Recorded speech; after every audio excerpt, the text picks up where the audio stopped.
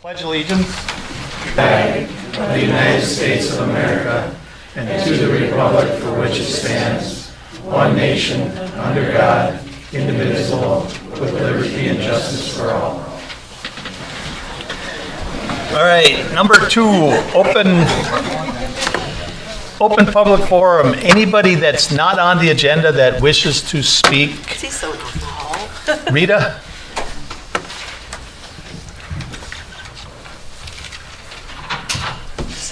So I'll just pass one of these around so you guys can get it going. Jackie?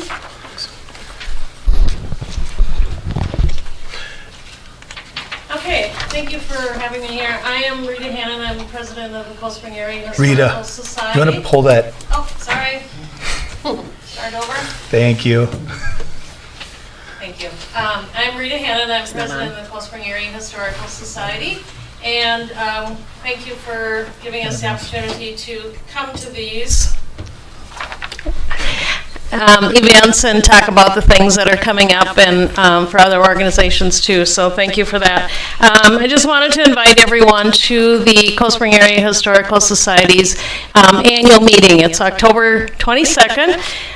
It's a Tuesday night at the Cold Spring American Legion, and it begins at 6 p.m. We have a social and then a dinner and a meeting. So it always ends up being an enjoyable event. We give a couple of awards to people who have been very supportive of the Historical Society. Anybody is welcome to attend, and you don't have to be a member. We'd love to have you be a member. But we cover the Cold Spring area, not just Cold Spring. So Cold Spring, Richmond, Rockville, Farming, Jacobs Prairie, Pearl Lake, and St. Nicholas. That's the bulk of our membership. Businesses and individuals can become members, and we have about 11 members right now. So we have an interesting speaker lined up for the meeting. If any of you are of the age where you remember Burma Shave signs along the highways, it was a big thing from Minnesota especially. And so Bill Vossler wrote a book about Burma Shave, and he's a very entertaining speaker. So he will be our speaker for that night. So if you're interested in attending, there will be an article in the Cold Spring Record with contact information for my phone or email to register. It is a good idea to register ahead of time because we do have a meal, and that way we can prepare for the meal in advance. So thank you once again, October 22nd, 6 p.m. Thank you. Thanks, Rita. Thanks, Rita. Bruce Hall.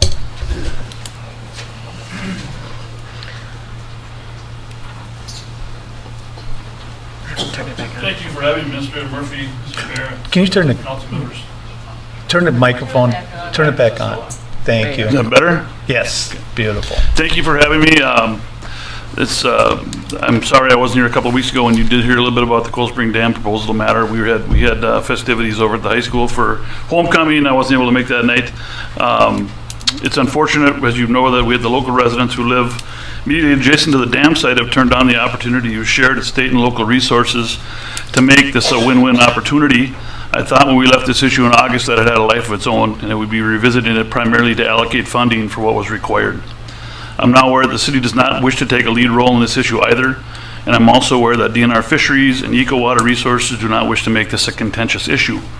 None of us ever did. We did this because a coalition of state and local agencies, business, and citizens, as well as the youth of Cold Spring, prompted us to make this a win-win opportunity to return the creek back to the cold spring that it's supposed to be. Today I'm feeling a bit like most of us Twin fans in this particular issue. I'm disappointed. Dam on Cold Spring Creek is not owned by the local streamside residents. Anyone in Cold Spring has as much ownership of this dam or the stream as the handful of immediate residents living alongside the dam site that only like the aesthetics of the dam. The original installer of the dam is no longer with us, and the dam is nothing more than a severe impediment to the creek, as much as a tree down over a city street is a severe impediment to traffic flow. The city has the authority and immediate domain over the creek and the dam itself. When the dam was installed, the city was made aware that it was an illegal water control structure on the trout stream, but chose then not to stop it. We have the opportunity now to rectify that decision. All we ask is that the city follow through with the movement to remove the dam, an effort that has gained more local approval since coming out in the news recently. I know that even a number of the children and grandchildren of the adjacent streamside residents, as well as a large number of the city residents, are in favor of the removal of the dam and restoration of the creek. We wish that the city managers would continue to work with DNR Fisheries and Water Resources to obtain a dam removal and stream design plan that everyone can agree on. It is not a difficult request or process, and if the Stearns SWCD will not do this for legal or other concerns of their own, it can be done by DNR Fisheries or the Sauk River Watershed District lead engineer. If the city wishes to abandon this effort despite the backing it has currently for the wishes of a few citizens with only individual aesthetics as a concern, it would show my students that civic works can't work. In that case, I am asking any of you on the council to come to my classes and please explain to the kids, the future of Cold Spring itself, why we can't find a way to work together to do the right thing. I would also tell a local brewery that they might as well kick in the manufacture of their Lost Trout Ale, since eventually this will lead to the doom of the brook trout in the creek to extirpation, as well as continuing the shallowing and warming of the creek behind the dam. This takes time. It won't stop unless the dam is removed. Currently, the larger brook trout cannibalize the smaller ones, as there is no other flow of stream fauna above the dam to maintain a thriving aquatic stream system. This can't go on for too many years without loss of this population, but they are only a part of the cold water ecosystem that is unique to this cold spring. I'm reminded that next year, the city and the brewery will be dealing with DNR on new permits for allocation of water from the aquifer that produces Cold Spring Creek. After working to seal off sediment flow from the city storm sewers that used to run into the creek unabated, and remodeling Red River Avenue with the creek in mind in recent years, it would also be a feather in the cap of the city that we'll make sure DNR takes note of if the city will continue to work with us to ensure the final free flowing of Cold Spring Creek with removal or new design of the creek at that local site. If you need to see what is in the stream at this time, my students and I invite you to join us and the local media on the stream behind the brewery as we census the brook trout with DNR Fisheries from 11 to noon on Wednesday, November 6th, after the brook trout have completed spawning for this year. Thank you again for giving me a short time to make this last appeal to do the right thing for this very symbol of Cold Spring. Thanks, Bruce. Thanks, Bruce. Thank you. Anyone else with the public forum? Otherwise, we will move on to number 3. Approval of the amended agenda. I need a motion on that. I'll make a motion. Gary makes a motion. How about a second? I'll second that. Shannon seconds it. Any discussion on the amended agenda? Otherwise, all those in favor say aye. Aye. Against? Motion carries. Number 4, consent agenda. Recommendation to approve the consent agenda as presented. I need a motion on it. I'll make a motion. Doug makes a motion. How about a second? I'll second. Shannon seconds it. Any discussion on it? Otherwise, all those in favor say aye. Aye. Against? Motion carries. Number 5, request to approve the Old Glory Run in the city of Cold Spring for June 13th, 2020. Trent Diller? Dilks. Dilks? Yep. Okay. Hi. Hi. Trent Dilks. I'm the Department Adjutant for the Disabled American Veterans, Department of Minnesota. And wanted to come to talk a little bit about the Old Glory Run. So I believe it was 8 years the Old Glory Run was here in Cold Spring. The past 3 years, it had moved up to St. Joe. And that had to do with the availability of our volunteers, and it's a volunteer run event. Now we would like to bring it back to Cold Spring, bring it back to where it started, and try to revitalize it. At its peak, we were looking at 1,100 participants. This last year, we were somewhere in the neighborhood of 600. So we're hoping that a new group of organizers, volunteer organizers, and bringing it back to Cold Spring will do that.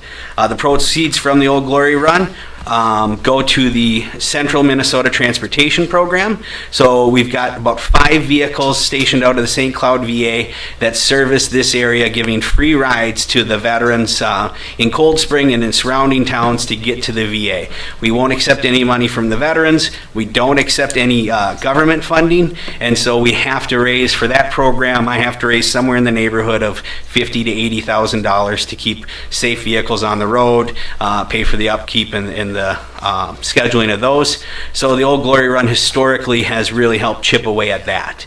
Again, it goes into a restricted fund, 100% from the DAV of Minnesota Foundation, 100% goes to just that program. So that's kind of the connection to this area and where the proceeds go. So that's kind of a quick overview of the Old Glory Run, and I'd like to bring it back on the weekend of Flag Day here. I will read a recommendation then. To approve the Old Glory rerun on June 13th, 2020, provided that the route is approved by the Cold Spring Police Chief and that organizers obtain a large gathering permit. I need a motion on that. I'll make that motion. Doug makes a motion. How about a second? I'll second. Gary seconds it. Any discussion on it? Otherwise, all those in favor say aye. Aye. Against? Motion carries. There you go. Thank you, and thank you for Thank letting you. me go before the construction discussion. Look forward to it. Okay, number 6, County Road 158, reconstruction improvement hearing. I will open this public hearing at 6:40.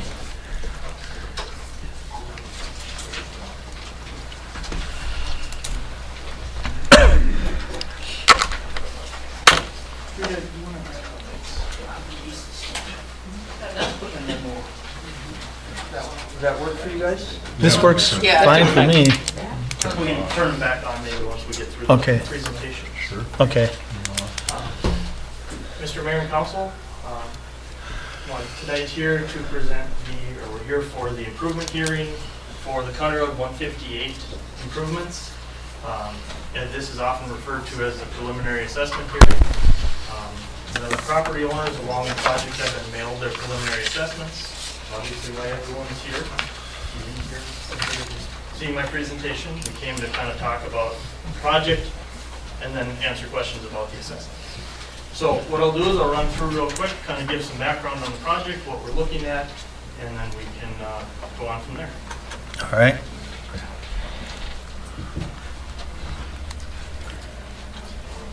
So I'm gonna do that.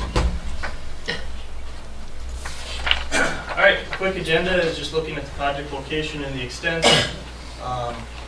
talking about some of the design considerations, the estimated timeline, project financing, and then we'll get some questions at the end.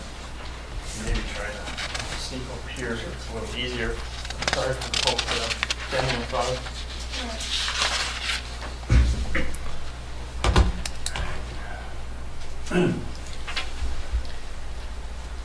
So we're talking about County Road 158, also First Street, also known as First Street South. The part in red here would be the city's portion of the project. The part in green would be Stearns County's portion.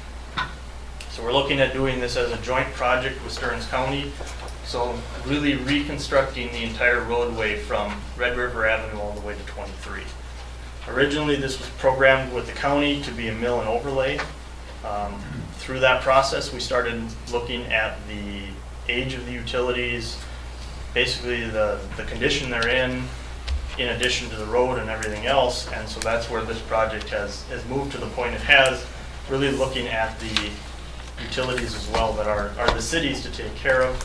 It's really advantageous for the city if the county is going to come in and put a bunch of money in the road and rip it up. It's really the best time for us to start addressing some of our issues. Little tough to see here, but this is basically just kind of the schematics going from the west at 14th Avenue, working to the east to Red River, looking at also the properties along there. Also included in the assessment roll and the feasibility report. This is actually just up the hill from 14th. This is land owned by the Backus family, and looking at extending some trunk utilities or extending some sewer and water there for potential future development. Nothing's planned, but now is the time, if we're doing this work, to get city services to that parcel. This is, you've seen before, is just kind of a typical cutaway of the street and what we're doing. We have the street surface. We have in here sanitary sewer and manholes and services that go to the homes, water pipes and services that go to the homes, and then also the storm sewer, where the catch basins in the street and all the storm water drains too. Just a quick little schematic of it. So starting kind of at the top, working down, talking a little bit about the project, the roadway. It is, like I mentioned, it is a Stearns County jurisdiction roadway. The existing street width varies from about 40 on the west end to 48 on the east end, so it varies quite a bit throughout the corridor. We're looking at, the feasibility study talked about a 40-foot road. One of the things we're looking at is possibly going to maybe a 42-foot wide road, and I'll get into that. Boulevard widths vary anywhere from 3 to 12 feet, so that'd be between the curb and the sidewalk. Basically a new bituminous roadway, new gravel, new curb and gutter. And with that, it being a county road, there's county participation in it. The county is actually covering the cost of the center 24 feet of the road. So take a slice from the surface all the way down through the grading, and the county is covering those costs 24 feet wide. It's actually a fairly significant part of the roadway and of the project.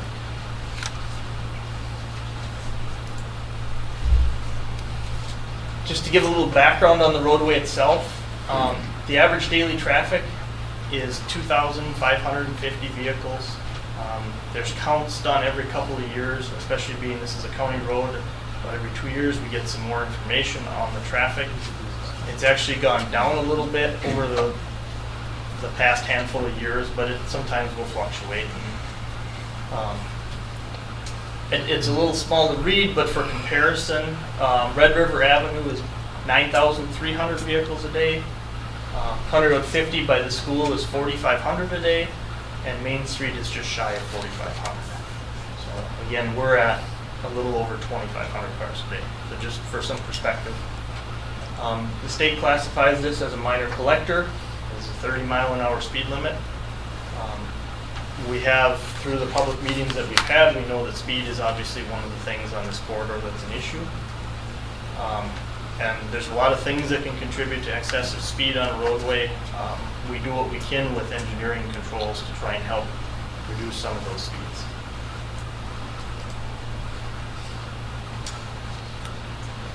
So, looking at those kind of things, we had originally talked about in the feasibility, our baseline was a 40-foot road. We talked about 12-foot driving lanes, 8-foot parking lanes.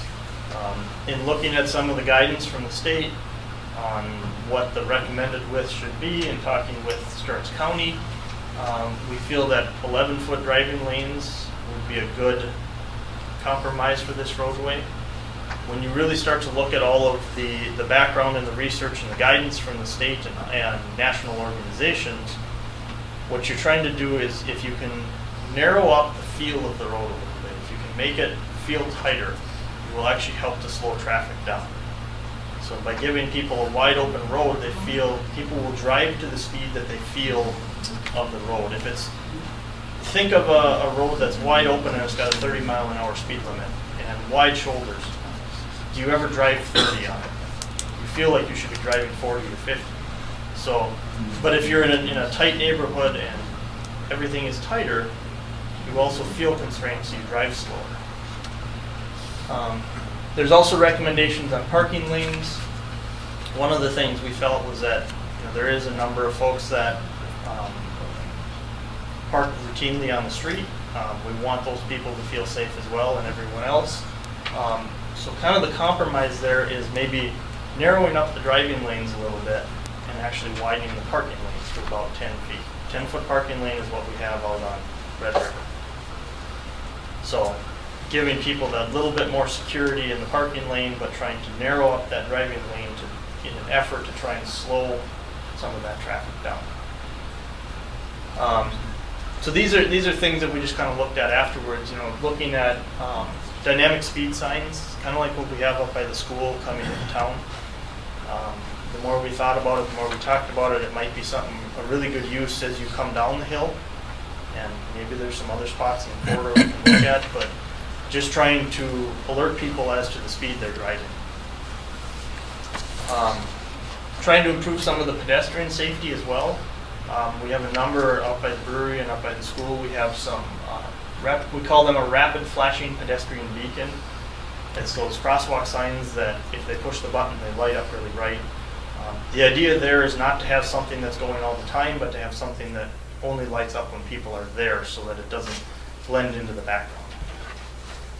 And as well with the pavement markings, we'll be looking at putting a white stripe down the road, kind of like we have on Red River, basically to delineate the driving lane and the parking lane.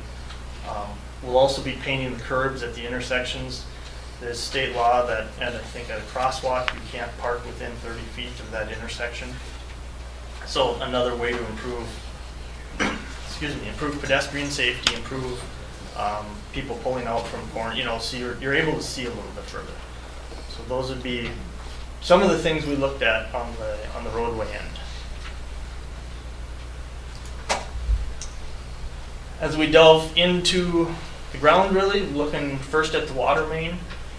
Most of the project is existing cast iron pipe. We do have a little section that's newer, but I believe it's over 30 years old. The cast iron water main is more susceptible to breaks, especially in the harsh winters. So we would be looking at replacing that with PVC water main, new valves, new hydrants. Those things, the majority of the project has reached and exceeded its useful life. Sanitary sewers, kind of the same story. We did televising, looking at it. This picture here, these are all roots hanging into the pipe that are growing through the joints and into the pipe.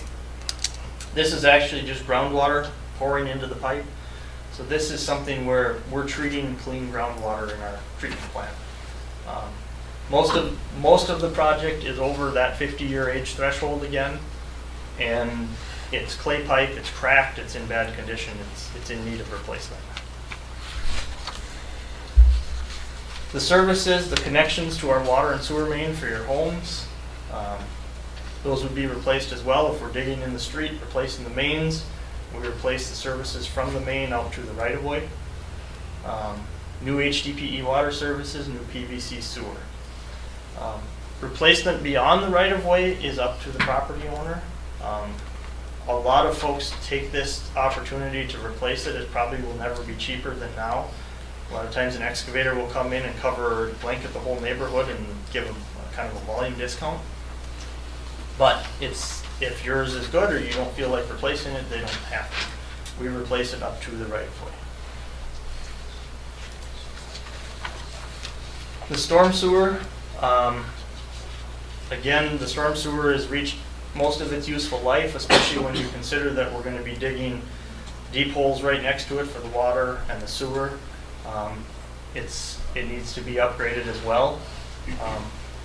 One of the things we try to do is on past projects, we've put in sump manholes. Basically, it's a deeper manhole that as the water comes in and there's sand, the sand can settle out. We go in and vacuum that out later, but that sand is then kept out of our creeks and our rivers. We also, in this area, had a couple years ago had done a project looking at doing some infiltration. We took perforated pipe and put them in the boulevard, surrounded them with rock, so that first flush of water that comes in that's got the most nutrients that are bad for the creek, it's the warmest water that's bad for the creek, it actually goes into this pipe and then slowly soaks into the ground. So with this, because we're disturbing one of them for sure, and it's an opportunity as well to put in some others and improve the water quality that we're discharging to the creek. Not something we're required to do, but it's been our policy in the past that we try to, when given the opportunity, we try to improve the water quality if we can. The other important thing about the storm sewer is that the county participates in the storm sewer cost. The exact determination isn't known. We have to submit our design to the state. The state makes the determination and they come back to the county and give a cost split. For the purposes of this report, we had a 90-10 cost split, 90% county, 10% city.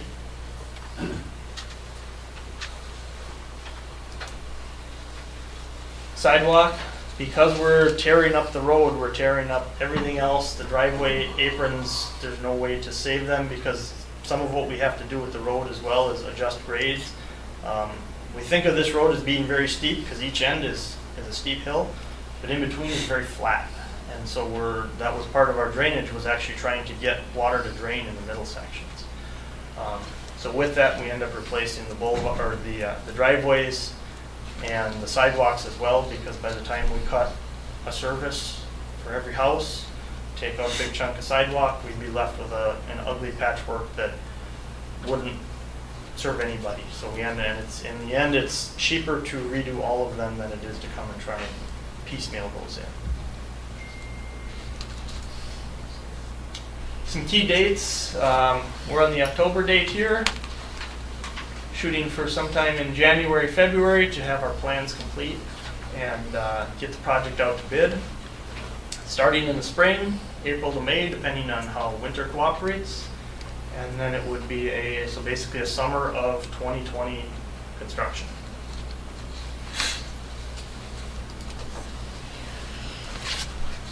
The costs, looking at the total project cost, we're at about 4.24 million. So this is, it seems like a big number, but we have to keep in mind this is 10 blocks of full reconstruction of sewer and water and roads. So this also includes, so this is construction cost estimate. It also includes all of the things we call the soft costs, the design, the construction observation and administration on behalf of the city. Administration costs, legal, bonding, all of the things that come with having to do a project. Taking out the, we have county participation here at a little over 1.2 million. And then so the remainder is really left for the city to pay. And we do that in two ways. We're following the state or the Minnesota law, the 429 process for assessing benefiting properties. And then the remainder is bonded through the city. This is just a breakdown, and these are on the preliminary assessments that everyone received as well. It should be on the top, kind of a breakdown of the assessment costs. What we do is we divide the project up into categories: street, water, sewer, services, storm sewer. We divide those costs up, and then we look at the assessable units. So we look at, based on the assessment policy, we say, okay, we look at all the properties along the road. We then take their frontage. These are nice square lots in general, so it's very simple. Basically, the frontage along the road is the assessable footage. So, for example, here we had over 7,300 lineal feet of street assessments or street frontage. So we take, that's everybody's property, basically all added up, both sides of the road along the whole project. We take that 1.29 million, we divide by 7,300, we come up with $175 a foot. It's really what we say street should cost. The assessment policy says that we give the homeowners a 65% discount. That means that the city pays 65% of this 1.2 million, the homeowners collectively pay 35%. Going down the categories, we have that 65-35 split for street, water, sewer. When we get to the services, so from the main out to the house, that's a 50-50 split. We do that because technically the homeowner owns from the main to the house. But it's advantageous at the time we're digging up the street to replace at least that portion under the street. So the incentive is that the city pays half of that cost, even though it is technically privately owned all the way to the main. Because it's not, in the future, if a line were to fail and it fails under the street, it's then the homeowner's responsibility to repair the street. So it's in everybody's interest to get everything under the street new. Right. Yeah. That is just to the shut-off, and then from the shut-off to the house is 100% by the homeowner, right? Correct, yeah. So when I say the right-of-way, it's typically at about the shut-off, or that anywhere from 33 to 40 feet back from the center of the road. That's the part that we'll replace. I should mention as well, storm sewer is the only one that's different. We look at it on a per area basis, so a bigger lot contributes more storm sewers, is basically how we're looking at that. A smaller lot contributes less. So when we come in and look here, the total revenue generated by the assessments is a little over 1.1 million. So that's following that 65-35 split. One other thing to note is that commercial services, for example, City Hall has a service going out. There is no discount given to commercial properties. So when we did Main Street, most of those services had no discount because they are a commercial property. We only give that 50% discount to the homeowners. The other thing to note is that the city owns quite a bit of property along this project. City Hall, we own the baseball park as well. The city gets assessed just like any other property owner.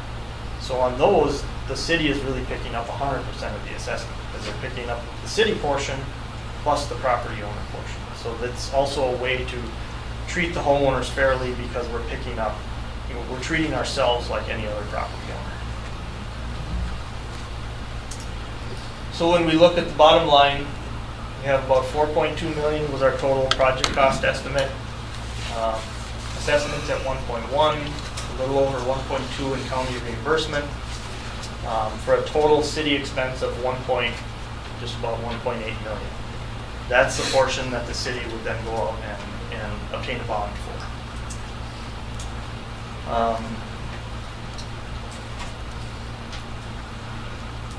Right. That's the last one I had. Bridget, I don't know if you wanted to cover any of the, I had one other thing here too. So we're here tonight for the improvement hearing, really the preliminary assessment hearing. When the project is nearing completion next fall, next September, we'll be having a final assessment hearing. So what we do there, right now what you have in your hand is really just an estimate of what we think the cost might be. We don't have an exact number on those costs. My goal when we estimate this is I want to estimate high because I don't want to have to come back in this time next year and tell you that number went up. I want to be able to tell you that number went down. There's no guarantees because we're bidding this with contractors. It's the open market. But what we do then is next fall, we take those numbers of what the project actually costs. How much did we actually spend on all these things? Factor that in, and that becomes the final.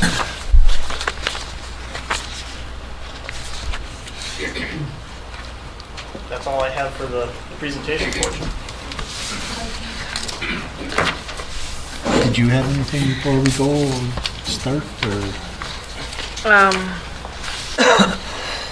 No, I think it's easier to answer assessment questions that come up than to try and guess what your questions are about assessments. But if you have general questions about assessment, if you direct it to the mayor, and then I can answer it for him if he needs me to. Before we start, I will call on you.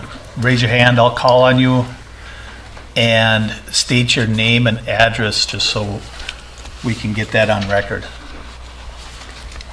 Is there any questions? Go ahead, Art. I have a couple of questions. Your name? Mike Becker, 1106 First Street South. Thank you. Here in Cold Spring. We talked about narrowing the street. What about the big trucks that go on through? You know, we're looking at safety. If we narrow the part of the street and widen a little more of the parking area, you know, I'm concerned, and we have a lot of little kids in the neighborhood. What are we gonna do with all the heavy trucks that are going through?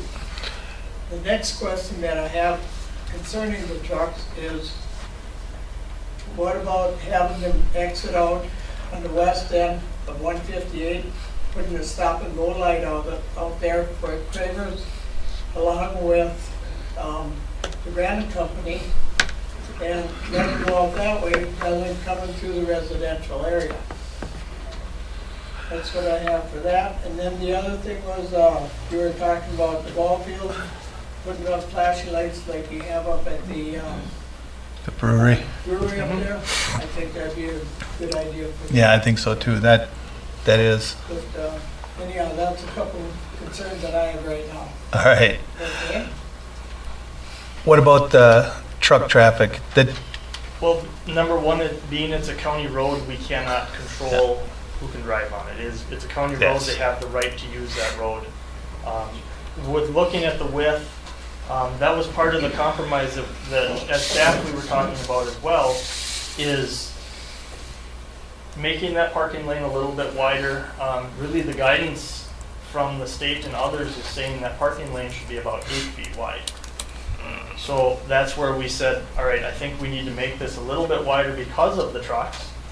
And by narrowing up that driving lane, the idea would be that you try to make that corridor feel tighter. It seems counterintuitive that the narrower you make the road, the slower people drive. But it's been proven time and time again that when you narrow this corridor, you make it tight, people will drive slower, they'll pay more attention. So that was our compromise there, was really to try and narrow the roadway a foot, and even there's roadways a lot of times, and I know that Jody, the county engineer, mentioned sometimes if they have to, they restripe a little bit, maybe narrower from 12 to 11, and it's such a little difference you really don't notice it as if you're driving. So an 11 is a very reasonable width for that truck. Keep in mind that a 12-foot lane is the same as on an interstate on a super high-speed highway. So we try to narrow it that little bit and then give a little bit more buffer in parking.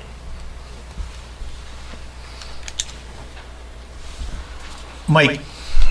Mike Hanson, 1002 First Street South. Back on this truck traffic thing, are these streets made for that kind of weight? I mean, because there are a lot of the heavier trucks that are driving through, and I think that's what's stirring up a lot of it. I'm just wondering if they're gonna, as long as we're redoing it, if they're gonna make it stronger so that it will last long enough? Yeah, so we'll be designing to a 10-ton design. It's kind of the standard that the county uses. And so basically we will be designing it heavier so that it will stand up longer.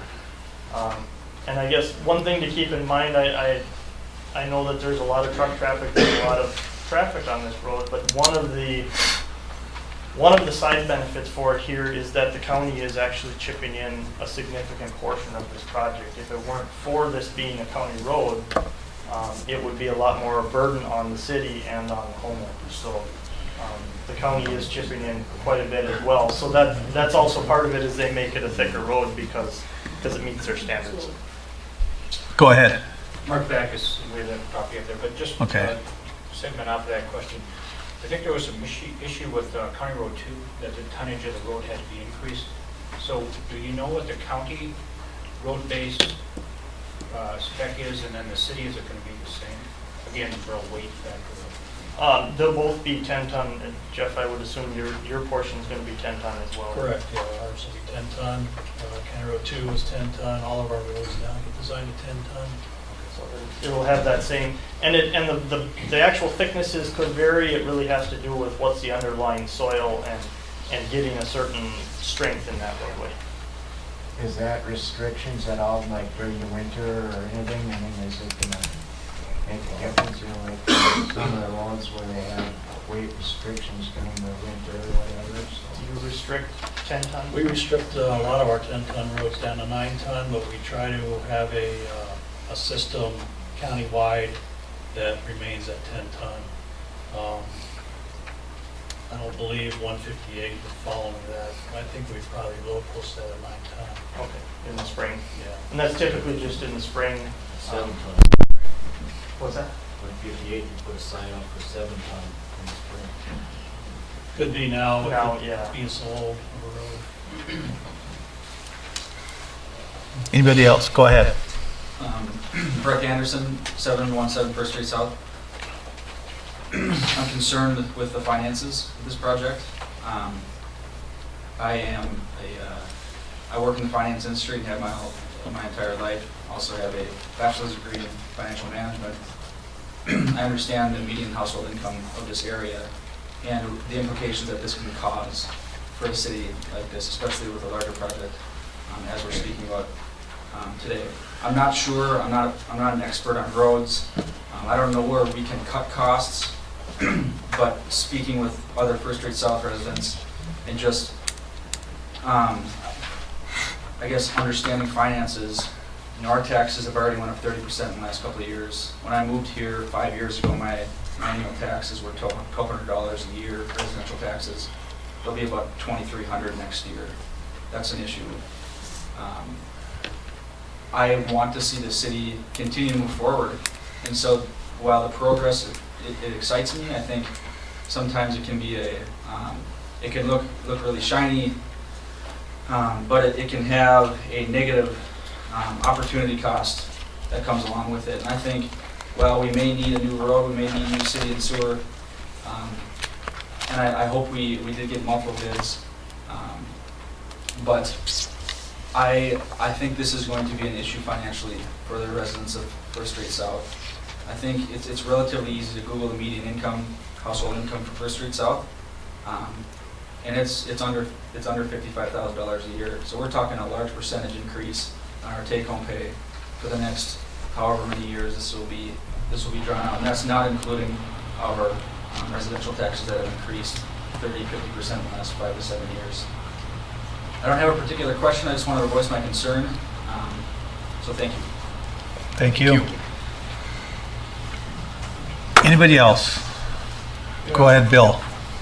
Bill Molitor, 805 First Street South. Question about the 1.5% on the $3 million. Does it cost that much to administrate collecting the assessments of the county? Puts it on our taxes. Well, I don't think we're adding new employees to collect the assessments on that. Just seeing where that 1.5% on 2.9 million or whatever it's going to be. Actually, that 1.5% is when we go out to bond, whatever that rate that bond is at. So if we bond just for argument's sake, let's say it's $2 million, we bond, and whoever buys the bond out on the market, and we end up having to pay a 2.5% rate to the buyer, we assess another 1.5 on top of that. That's right. That's my question. Yep. Why 1.5%? Where does that 1.5% money go to? It goes to the cost of administering the payment to those bonds and administering the annual payments of the. So whatever your assessment is, it's broken up into 10 parts. Or if the bond is a 10-year bond, it's 10-year payments, 10 equal payments. If it's a 12-year bond or a 15-year bond, it's 15 equal payments. It goes to the assessment of that because the county does charge us a fee for that, I believe. But that's also it was the policy written how many years ago? 2007. So we've used that policy. That could be something they could adjust. Yeah. What's the total? That's a lot of money. Right, and we don't know because we don't know what the bond is yet. Well, just take the rough numbers. I mean. Well, the last one we sold, Main Street, was the total percentage was 3.25% on the bond we sold to government, or on our general obligation bond. So then we put another 0.125. It's like 400 some thousand to administrate this. You take 1.5. We take one, but I'll have to look into why it was picked that way, because I wasn't here. That's what's in the policy, and that's what it's from. But I can get that information to you. For all of us. For everybody, yep. Yeah. And anyone who gave you got the notice to give us your email. So mine's on the website. If you want to shoot me an email, I can send it out to whomever. But that's the rate that was created. I will look into that. Mm-hmm. Marvin, you're next. Yeah, Marv Selmer, 1109 First Street South. Just a couple questions on design. So, I think I've lived in the home about 35 years, and it seemed like 25 years ago this road was rebuilt, like for the whole summer. And I remember, going down about 8 or 10 feet. Is that the expected lifetime of the road, 25 years? Is the same design used 25 years ago as you're proposing? I guess I can't speak to what design was used 25 years ago, but I mean, life expectancy of the road is probably in that 25 to 30 years. Okay, that's a good answer. The second question was, I'm kind of a one-issue guy, which is by the time they get down toward my house, they're going 50 sometimes. Is there a chance that you can put a stop sign at 14? and, you know, I suspect because it's a county road, that might be kind of problematic. I drove up the hill on 14th, and there's a county road that connects to go Bell's Hill to the north. There's a stop sign on that road. That seems like that's a feeder road also. I think a stop sign at 14th and First Street South would really significantly slow traffic down. And I don't know if that's possible or not. The radar signs, I know it's proven really work. Your idea of narrowing probably works, but you know, the county, I suppose, has to approve that, but that would significantly slow traffic. The county would have to approve that. It would probably take an engineering study. And Congress. Yeah, and then there's a number of complications coming down that hill that would make it difficult. There's a number of complications due to coming down that hill that would probably make the stop sign difficult there. It's something we can talk about with the county. I don't know that, I wouldn't make any guarantees on it. Well, I invite city council though to drive north on 14th. And it's 2 or 3 blocks Yeah. up, there's a stop sign Yep. there, and it's almost the same dynamic where it's coming down a hill. The other, And it seems like it's on okay for third. safety, which is kind The of what I- third or second? the interesting thing is though sometimes that it's a good thought. If we put a stop sign, we'll slow traffic down, we'll slow them down. But it's actually proven at times if you put a stop sign and it's not really warranted, the general traveling public figures that out in a hurry and they'll sort of stop at it and then they just gun it past it. So they've actually been proven stop signs are one of the least effective ways to actually slow that traffic down. It just aggravates people more. But we do have a police department that could enforce them. I don't know, I paid my own pair of tickets, not on that street. Seems like they picked on me like that. Go ahead. Yeah, Damien Evan, 524 First Street. Are they gonna take the trees out of the boulevard before they do this work, and then are they gonna put them back? That's a great question, and thank you for bringing that up. I should have mentioned that in the presentation. With the boulevard trees, our plan is to take the trees out. Number one, the roots cause a problem when they get this big for some of the sidewalks, some of the road. The second more important thing is it's a safety issue. If you have those giant trees hanging next to an open trench that's 8, 10, 12 feet in the ground, it poses a safety issue for the workers. So the idea will be that, and what we've done on previous projects is we take the tree, we cut the trees down on the project. If you had a tree, we will replace it. We obviously can't replace it as big, but we will replace that tree if the property owner so desires. If they don't want one, I know someone at our first meeting that we had a couple months back mentioned that they didn't want the trees back, that's just fine. But anywhere we take a boulevard tree out, our policy is to replace it. What species do you get? I mean, It very, we kind of have a list of species we go by. If you have a particular request and it makes sense for there, we can look at it. Those that are under the power line right now, I can tell you we'll probably put a ornamental type tree back just so that it stays shorter so that we don't have the same issue of the power line running through the middle of the tree. But otherwise, if you have a certain suggestion, we'd be open, and it's reasonable, we'd be open to working with you on it. well, that 6th Street is gonna look awful bare. It's got a ton of trees in it. Yeah, it's sometimes a shame to have to take the big trees out, but when it comes down to it, it's just the safest way to build a project. Josh Haig, 913 First Street South. Referring to the boulevard, is there any reason why we're including the boulevard? If we're redoing it, is there a reason we can't run the sidewalk right up to the curb? Typically, we run the sidewalk further back. It's a pedestrian safety issue because we want to put a buffer between the kids on the sidewalk and the parked cars and traffic. It also becomes a maintenance issue because if the city plows the snow on top of the sidewalk, now you have to deal with the amount of snow, hard snow this tall that's on the sidewalk. So unless we're forced to, we typically try to put the sidewalk back to the right of way or closer to the property line. Gives a snow storage and as well as a safety buffer. I have another question. I was reading this and I saw that there's also an exception for if you're 65 plus and financial hardship. Is there any consideration for people just starting out? We're both right out of college. we got financial issues with student loans, we just bought this house, we just got married. Is there any consideration as far as like financial hardship for the younger people? As far as I know in the assessment policy, there is not.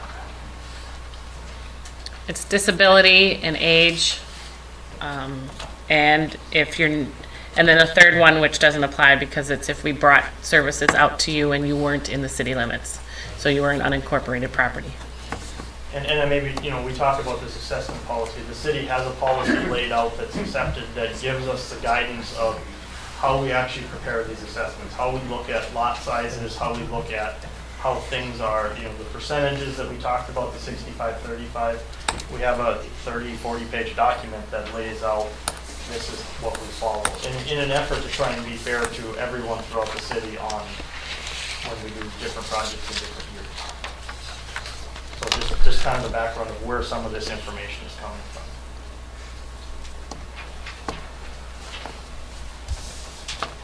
Susan Richards, 4 months new to Cold Spring. I live at 905 First Street. I came from Rapid City where they did a project very similar to this. My question is for the boulevard. Are you going to offer gravel and grass replacement or just grass? Thank you. We've never done gravel and I wouldn't. It was horrible. I don't know why they, that sounds awful. Yeah, because you had a beautiful street with some people chose gravel, some people chose grass, and then unfortunately Rapid City had a lot of little hoodlums. And you get broken windows because they were throwing rocks. So that's good to hear. Just grass. And we do a planted grass versus sod just because it takes a little longer for the grass itself to establish, but gives you a better product. Okay, go ahead. On the financing for this for us as owners, when is the determination made on what the interest rates is going to be and how long the deferral on your taxes is? The interest rate will be set when we know what the bond is set at. The sale of the bond will happen, I'm blanking, is it before the, yes, we go out for a bond in the spring. I think so, yeah. To bond the city portion. And then that, whatever that bond rate is, we'll know in April or May what the assessment rate will be. That'll be locked when that happens. So I can get that out to all of you. It'll be on the webpage. It'll be on there'll be a hearing, so you all can come to that. And then for deferment, for those that qualify for deferment, I have to read my policy because I don't want to say it wrong. Deferment is, there's different ways. So the death of the owner causes the assessment to be due. The sale or transfer of the property. If it doesn't have homestead status anymore. And then another, if there was a deferment that was based on a hardship, if that hardship ceases or is partially ceased, it can be adjusted. So it might not be all of it. If the hardship was, I can't imagine where there'd be one where a hardship only partially goes away and so you partially owe it, but it's if the hardship leaves. How about the interest rate, the length of term of payment? It's not, if deferment is, we usually do 99 years, so on Not the. on deferred, but for most of these, it's going to be on your tax record. On your Oh, tax record. 10 years. 10 years, or it depends on what the bond. 15 years. I'm understanding. So if we sell that government bond and it's a 10-year bond, then it's 10 years deferment. If that bond is a 12-year bond, it's whatever the same term is of the bond that goes out, that the city sells. That'll be the spring. Yeah. Wayne, you had a question? Yeah, my name is Wayne Fink. I live on 24th Avenue South, Cold Spring. Talk about a sidewalk. I think people will pay for a sidewalk. You should vote if they want it on the cold, vote into the grass. Because I like to have it on the cold. Because you got it in the main drag in front of church. They got it on the side. They got it in some side, couple blocks away from my house. They got it in the side streets. You got to get away with that. I think people should vote. If you're going to pay for this, everyone should vote if they want it inside or outside the cold. I think make it fair to everybody. If I lose, fine. But I think everybody should vote. And second thing, I want to know, we gonna do it next spring or next fall? I mean, kind of screwed up with, we'll be coming The next fall. construction is next spring. Because it's not going next fall, was that we need next fall? It'll- Oh, finish next fall. Yes, it'll finish in Okay, October. confused. Is that the twin?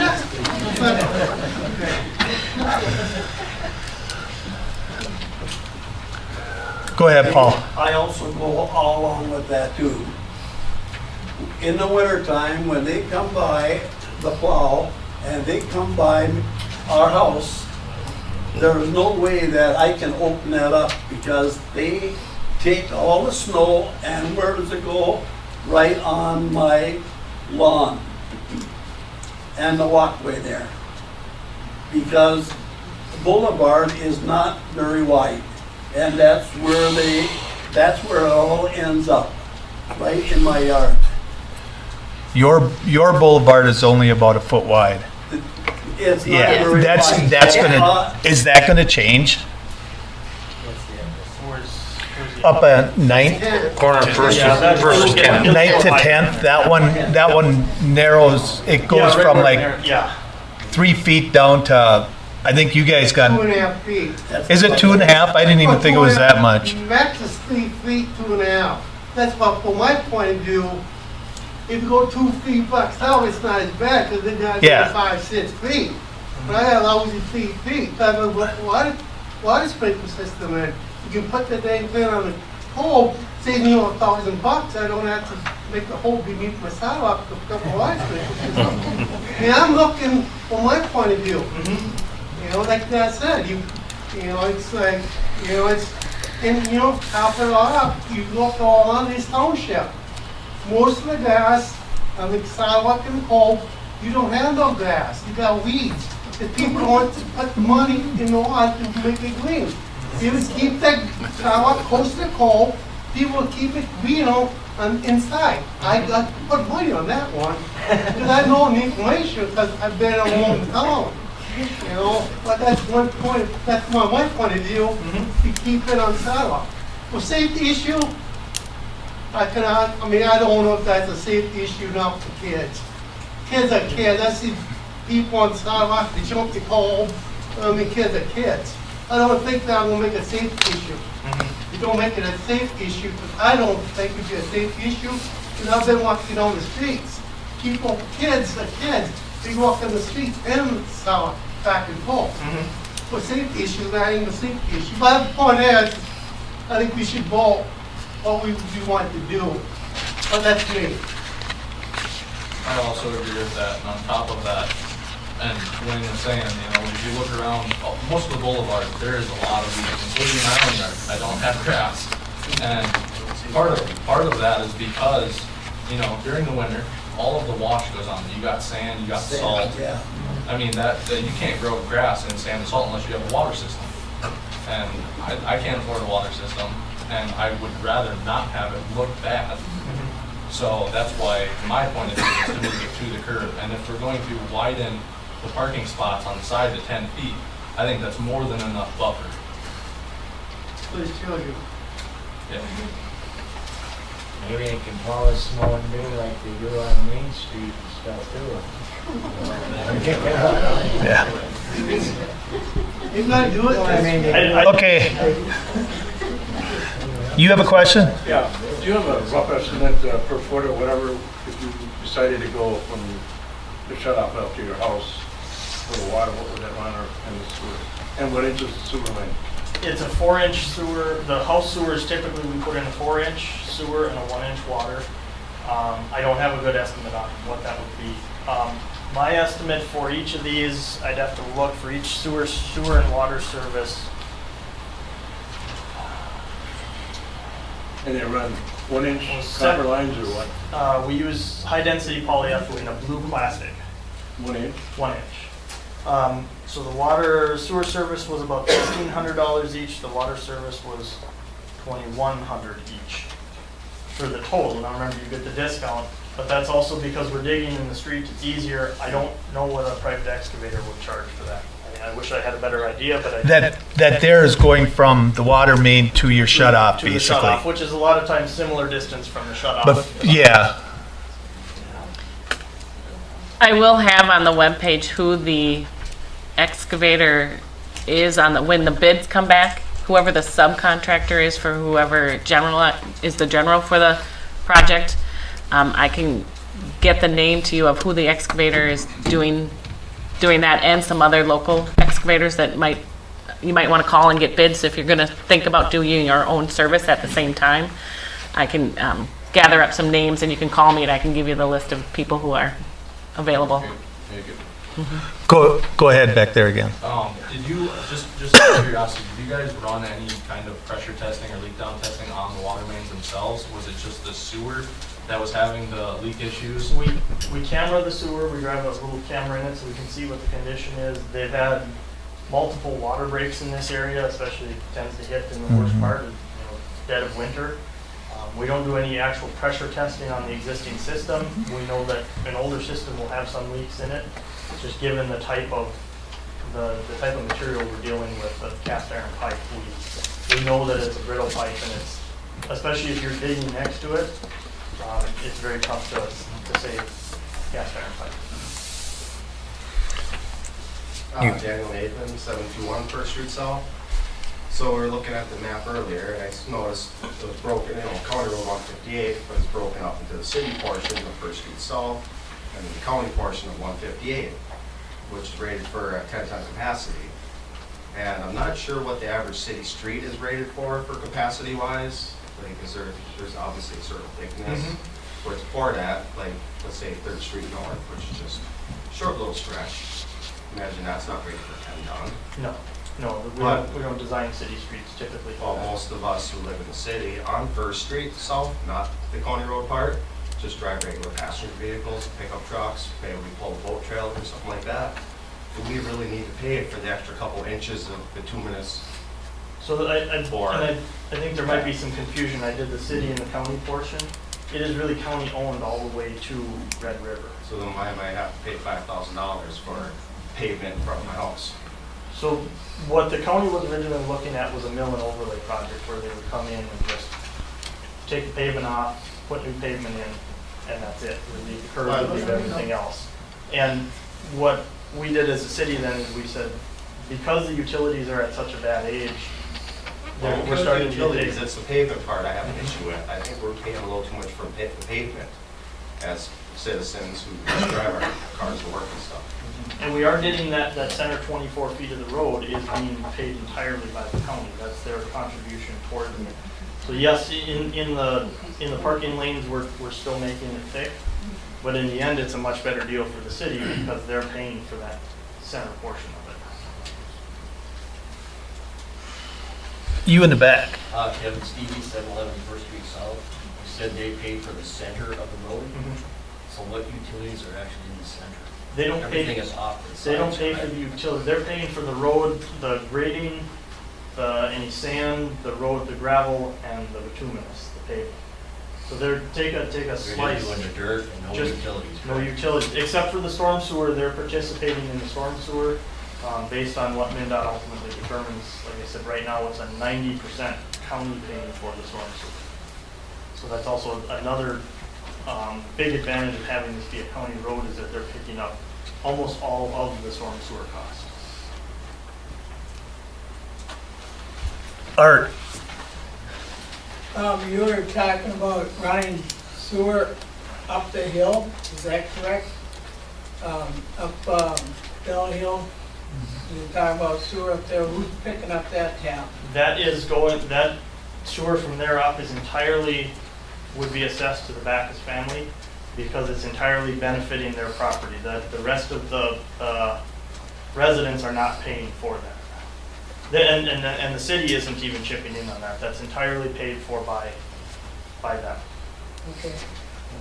Is Kramer Trucking and Kramer Sanitation, what portion are they paying? Are they paying anything on County Road 158? They're not, because the only people we can charge are based on that assessment policy that we have. And it's those along the road. They don't have sewer and water down there. And they don't have sewer and water. Pavement's the most expensive. They're not in the city either. Yeah. Most Okay. expensive portion is the pavement.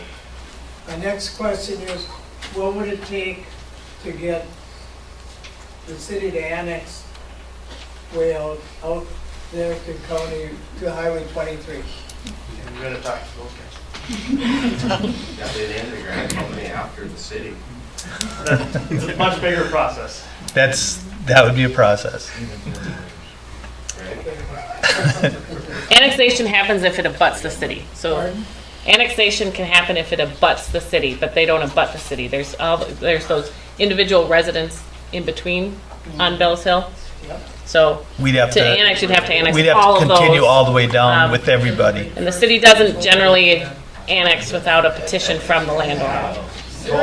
Toll booth. Okay, go ahead, you. Kate Bechtold, 612 First Street South.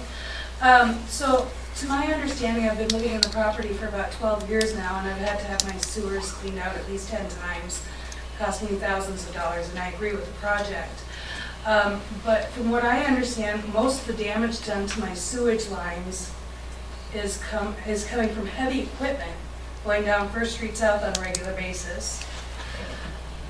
Mainly Kramer and the Granite Company and the big companies coming down. Now, I understand that they don't have any sewage down there or water lines, but they're causing excessive amounts of damage to my property, but they don't have to cover any of that. It's just because it's county. We have to, is that something I would bring up to the county, or is that something we can bring up here?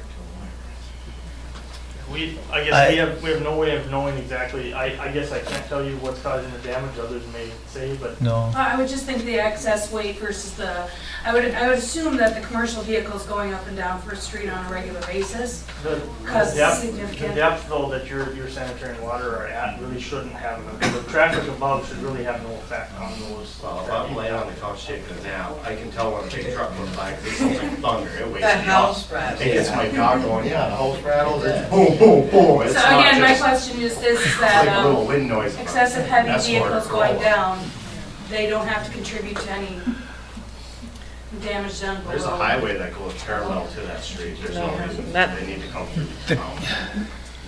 But the county is putting a 10-ton, which should take care of, There should, the design That of the street, roadway right? there should have, I can't say what it's doing currently, it shouldn't be having an effect, but I can say that what will go in should not have any effect on it. Why do like city residents have to pay for 10-ton road though, when we only need maybe a 5-ton road at most? The 5-ton truck's pretty cool. you in the back. So my confusion is, the county, it's a county road, but they're saying from 14th Street, the city is responsible. So what I don't understand is how come we can't put a weight limit restriction if we're responsible past 14th Street? It's not that the city is fully responsible, the county is still chipping in for that portion from 14th to Red River. It's just that the city is paying for some of the excess because we are taking this opportunity to replace the water and sewer lines. The county doesn't own the sewer system, the city owns it, and so it's an opportunity for the city to upgrade lines that some could be 80 years old. And so it's since this county is ripping everything off the Just as top. far as the pavement, again, like why are we from 14th Street? I understand we want to do a 10-ton because we don't want it to deteriorate. And I don't agree with that, I guess is what I'm saying. The county still owns that roadway. They still have jurisdiction over that roadway. So it is ultimately their say on what goes in because it's that road. Our utilities are under there because the county lets us have them. Go ahead. You, yeah. Jason Torberg, 1221 First Street. You had referenced Minnesota Statute 429. There's also one in there that says that the improvements can be only based upon the benefit received. So I don't know if you can speak to that, but I know my property won't go up by that amount that my assessment is. And then I see you have the 65-35 split. What is the cap? I mean, what's the cap that they can be charged? Is it 17,000 in my case, or is it 50,000? I mean, there's got to be a limit or a cap or something. It's not just split the cost, because any of us could get a huge bill for $50,000 if they consider it that. The cap is really if we bid this project and the bids come in terribly exorbitant, and it's just way, it's 3, 4, 5 times the cost. We don't have to physically take those bids. We can say, no, we're not doing it. The percentage is there is to try and make it fair to everyone, that the city takes a certain percentage and the homeowners take a certain percentage. Speaking to the 429 process, some of that is also that if we do nothing and there's no sewer and no water, there's also the value of your home is also very less. And so we're doing our duty as a city to maintain our infrastructure, because it needs to be kept up and maintained. And if we don't, that's a large detriment to everyone in the community. Yeah, go ahead. Are these considerations taken in looking at current economy and the rates that they're going? Based off of so for our home, we're being charged roughly $12,000, right? So they're saying that our house could be worth that. Based off of the economy right now and fiscal economics, we're on track to be in a recession in the next 2 years. We can't speak to any of that. It's beyond what we can do with the project and the assessments. Go ahead. Correct. 717 First Street South. Getting back to the financials, it's a county road and it's used by many of our citizens of Cold Spring. And correct me if I'm wrong, the purpose of the tax is to spread out the financial burden of whatever the project may be. My concern, and I'm pretty sure why everybody's here, is that we feel this bill is just too high. And looking at it macroeconomically, I believe it most certainly is. Now, is it possible that we can spread this burden amongst more than just our streets residents? Because if it was a cul-de-sac, I completely understand. Like, we're the only people using this road. We don't have a large construction company at the end of it, kind of ticking all of us off, right? Is it possible that we can, because it's a county road, use more than just a cul-de-sac or a back alley road, that we can spread this out further to minimize the burden on just the few amount of households that are represented here today? Assessments are done based on, so when he asks about the 429 and it has to benefit, when we assess it, the benefiting properties are the ones that abut the project. And so we assess specifically those that meet our assessment policy by where they're on the property, or if they're corners, depending on where their services come in, we'll decide how that corner property is assessed. And so the remainder, the bond amount, is then spread over everybody else. So everybody else in the city is also paying to help pay for that remainder part with when we levy our annual payment to that bond. Also, okay, another comment or a quote or a question is, I feel like it's outgrown the county road status almost, where it's a 10-ton limit, and we have 2 large companies at the end of this street that are certainly great for the city, without question, but it's obviously impacting us more than anyone in the city right now. And I think a lot of us are sitting here like, we just don't want that.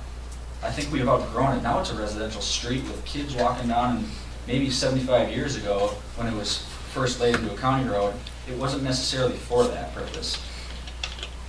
Maybe just a comment, I guess. Go ahead, Bill.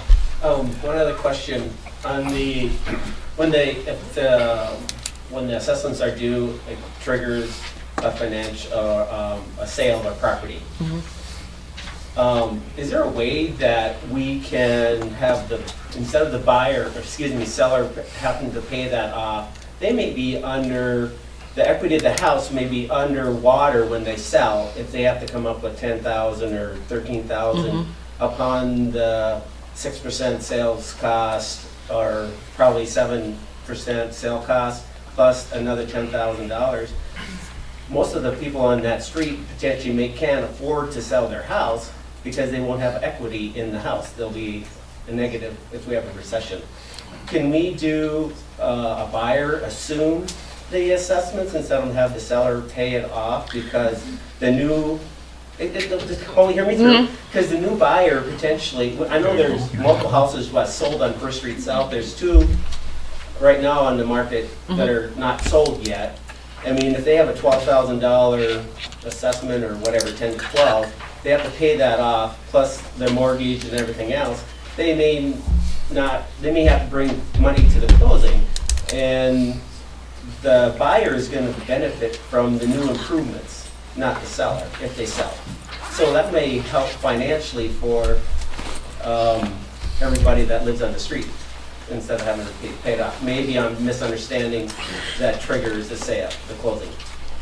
The closing triggers it, Yes. but the city just tells it, I mean, that's a bargain for, between the 2 parties. It just has to be paid. I know, but it's still the seller has to have it paid off. Well, it has to be paid off. See you, Brian. Good luck, Brian. Thank you. Good luck. It would be sold with the house as part of the taxes. Yeah, because people, when they're buying, they do an assessment search and we tell them what that is. Oh, yeah. Buyers, I mean, you're a realtor, you know, a buyer and a seller's realtor will all do that, and then but it's a bargain for exchange. It's just, you're really wondering if we can get rid of that needs to be due, or could it be assumed? Yeah. As opposed to, Yeah, can it be assumed, because the buyer is going to have to bring more money into the deal. Right, it's part of attached the to- negotiation, or the seller has to that's pay. something they can consider. It's not, the policy wasn't, because we want it paid when it, you know, the next person's gonna say, I wasn't here, I didn't agree to it. Well, technically, you're begrudgingly agreeing to it if this happens. So that's not a argument the buyer could make. It just makes it easier to, in most assessments, to have it done at the closing, because then it's done and over. But that's something they could consider. Financially, they do. Right, but it's something they could consider. You first, and then you after that, Sue. Okay, go ahead. Kevin Ward, 418 Main. I He had got to a leave. couple. One is, do we know how wide the boulevard is actually going to be, the whole length, for snow to sit on? It said 3 to 12. Well, Uh, it's a 66-foot right-of-way, I believe, through the whole thing. And if we're gonna have a, what did he say, 12, so a 24-foot, 42-foot surface to the curb, then the boulevard's gonna be, whatever, 66, 14, so 7 and 7? About. About? Well, right on Right, the and is my boulevard, math right there, doing it in my It head? gets any smaller if you're adding parking, because right now, there isn't enough room for the snow to go either way from the city or the sidewalk on my property there, because it comes off the hill Yep. and the snow is coming from the street. I think right here it's 48, so it's gonna be, I believe this is 48 right here between Red River and at least Fifth. So it's gonna go to 44, right? 42. 42. So that's And gonna be then- 3 feet on each side is gonna be, Which isn't near enough, it's bigger than that now. The boulevard.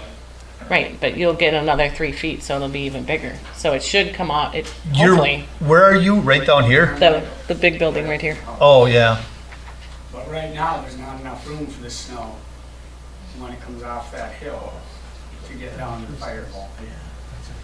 So that's a concern. The other is if it's commercial property, do I end up with a bigger main and a bigger water?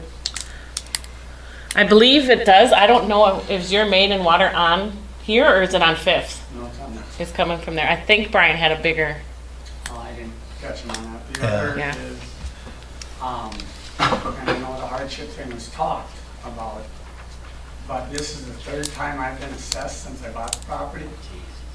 I got it on Main Street, I got it on Top Street, and now I got it on this street.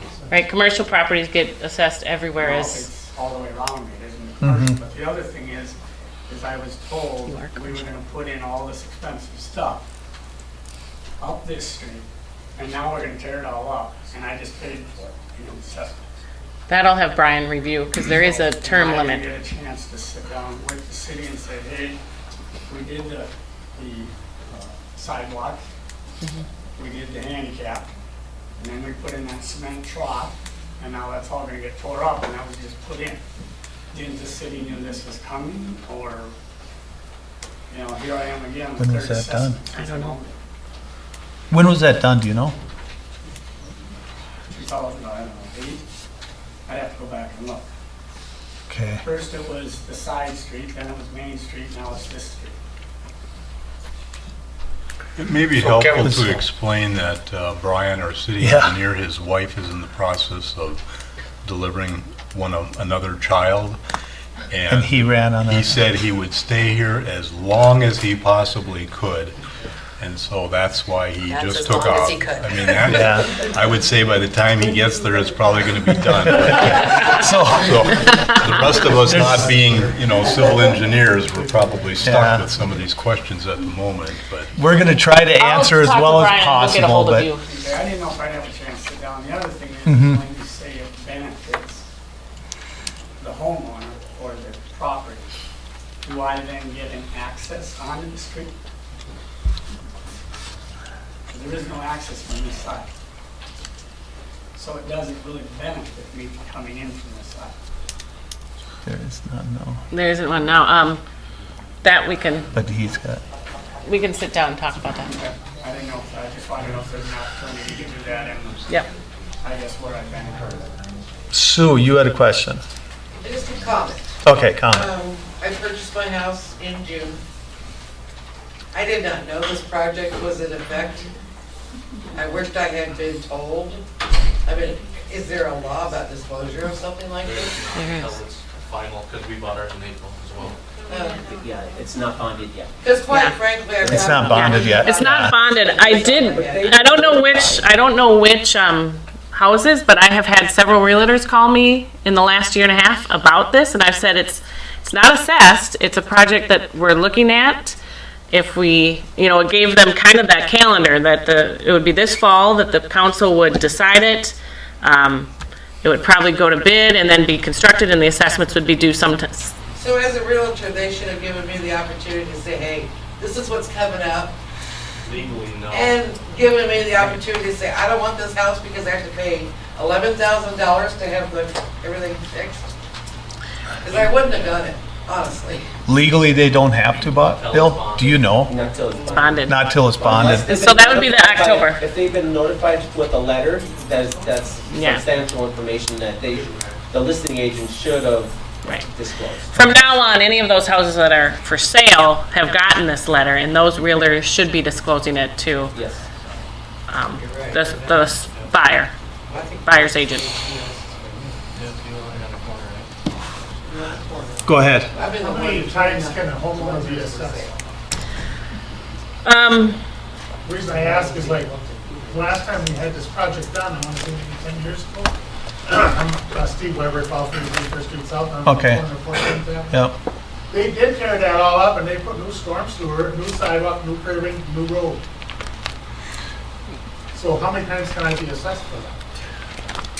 I don't believe there's anything in our policy that limits. There have been times where we've discounted those people that have been reassessed if it's been like 2 or 3 years. No discount. Yeah, I know. But I'm just letting you know what they've done in the past. They've done that. I was under There's the no. impression at that time you could only be assessed once, and then the next time they come through that you don't have to pay for that again. The city's responsible. And it ain't broke. Let me look into that. Let's, Yeah, you're up yeah. there too. Yeah. Let me put that on my list. And all of us paid that already. Well, it's usually yeah. I don't know where the cutoff was there. I don't think they did the whole street. Yeah. See, last time I But think that they is only no did storm sewer parts. already, So why do we have to put it in again? Right. And new sidewalk, and new curbing, and new guttering. And nothing wrong with it. Not even a crack. But I understand we probably need. I'll take a look at it. Yeah, that's, And I know that part of this project, because the two ends are so bad, and there was projects and piecemeal projects before. Done already. Yeah, not, But it's like they're coming in and doing the Yeah. whole thing anyway. right. There's no need to. Well, some of the sewer, and some of The the, sewer, I understand. yeah, sewer and water, and Storm sewer was if it's the sewer is the lowest in the ground. that's fine. And you can't go around the water to get to the sewer. I think that's why they're just redoing all of it. And Some of the sewer is really bad.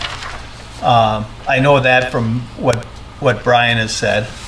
But there's still the storm sewer that would be done. Yeah. A lot of the other stuff that we've already paid us. And we can look into that and see once what Brian says about that. He's changed the width of the road though, so they gotta rip it up anyway. I'm fine with this. They changed the width of the road, right?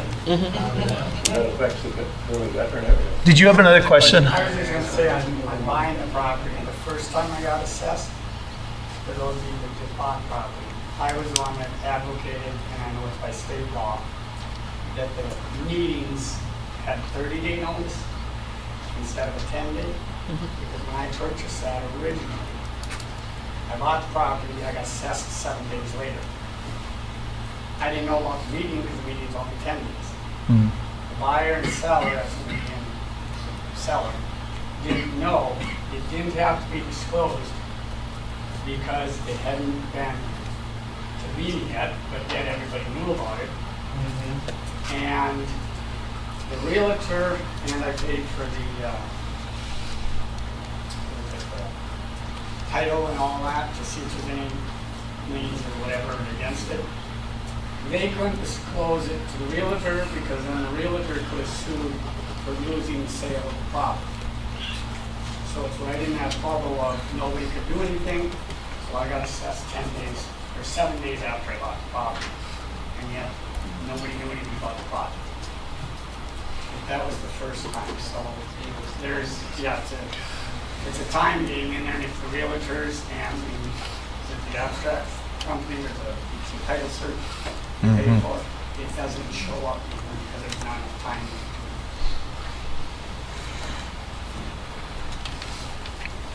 Go ahead.